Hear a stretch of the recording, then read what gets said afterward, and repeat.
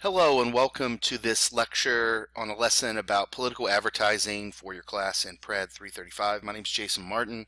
I'm a journalism professor and the chair of the journalism program in the College of Communication at DePaul University. And I'm going to talk a little bit today in this quick lecture about political advertising, how it differs from some of the other areas of advertising you've been studying, how it fits into a larger system of how we study political communication, and what's specific to the legal and ethical issues that face political advertisers and individuals who work for political campaigns that work on advertising and how that's regulated. So I'm going to speak a little bit about some of the research from my own dissertation, talk about how that distinguishes itself from what we've been talking about, and then also leave you with some links to some famous political ads that you can draw on for discussion and possibly assignments and things like that as you progress in the class. And you can find all this, as you can see on the screen, at bit.ly/PRAD335, all lowercase. So when I did my dissertation about 5-6 years ago on a media use survey for people in a Senate election, what I found were people were exposed to a lot of different kinds of media, and particularly political ads, as you can see here right alongside with news about the election across a variety of different platforms, but they really don't pay a lot of attention to it. And in fact, when you ask people about political ads, it's pretty universally hated because a lot of the ads get negative, they're ubiquitous. Any recent campaign cycle, you've probably been sick of them yourself. And so we had people that wrote on the surveys. I just asked specific questions and they volunteered information such as this. I exposed to them all the time. I fast forward past them on DVR. I pay no attention. I hate political ads on TV. It's mudslinging.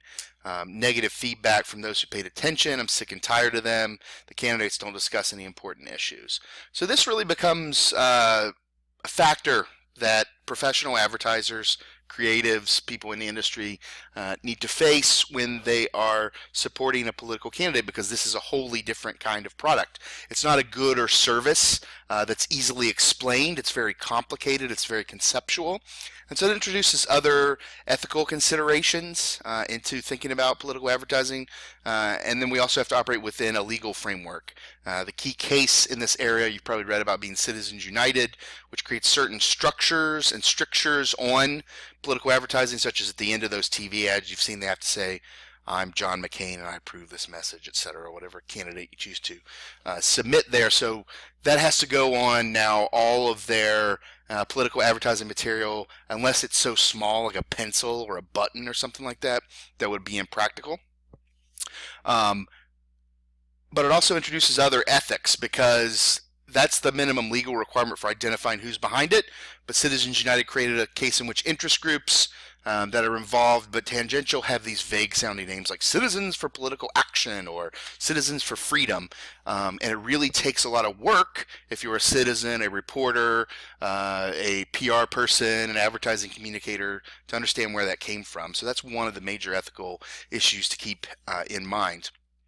And then it also creates questions for how we evaluate ethics in political advertising, because it is different in terms of thinking about ethical theoretical frameworks of who's the actor, action, consequence, motivation for their ethical reasoning, because legally, and it's very hard sometimes for students to understand, but this is the framework of the First Amendment of the United States, is unlike other forms of advertising that you've seen, the FTC and the FCC has almost no control over the truth in a political ad. So if you're going to do a pharmaceutical, you have to have all these tests and have issues on file. And if you're doing Wendy's or McDonald's, you have to have show reasonably factual representations of the meals and can't lie about what's in them. But if you're a political candidate, you can call other political candidates whatever you want.